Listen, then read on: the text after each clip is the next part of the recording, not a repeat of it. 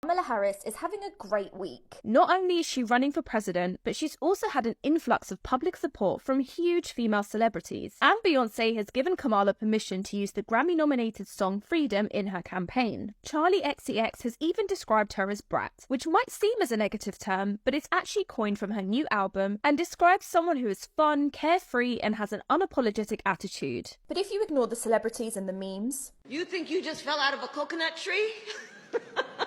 Who is she? And where does she stand on the Middle East, specifically Israel and Palestine?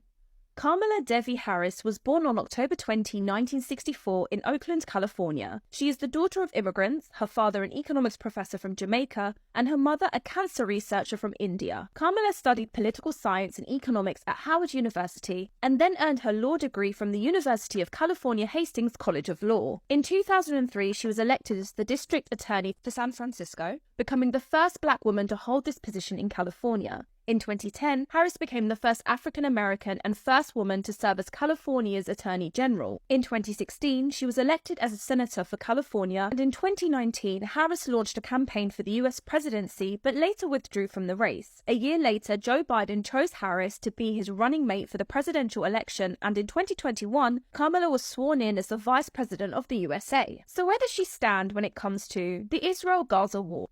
So I just had a frank and constructive meeting with Prime Minister Netanyahu. I told him that I will always ensure that Israel is able to defend itself. She calls for the release of hostages held by militant groups in Gaza.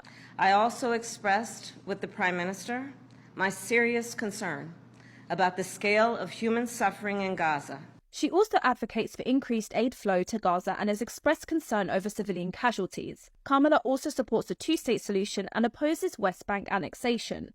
When it comes to Iran, Kamala has criticized Trump's withdrawal from the Iran nuclear deal and described it as reckless. Harris also condemns Iran's human rights violations, particularly during the Masa Amini protests, and has previously called for Iran's removal from the UN Commission on the Status of Women. Saudi Arabia. Kamala has previously voted to restrict arms sales to Saudi Arabia due to actions in Yemen and the murder of Saudi journalist Jamal Khashoggi. She advocates for re-evaluating the US-Saudi relationship while maintaining mutual interest. Democrats will be hopeful that Harris's nomination will not only positively influence voters who saw Biden as not mentally alert enough to be president. How would you say your mental focus is? Oh, it's focused. I haven't, look, but also that she can attract voters who oppose Biden because of his support for Israel in its war on Gaza since October 7th. But whether those voters are convinced that there will be a substantial change or just more of the same remains to be seen.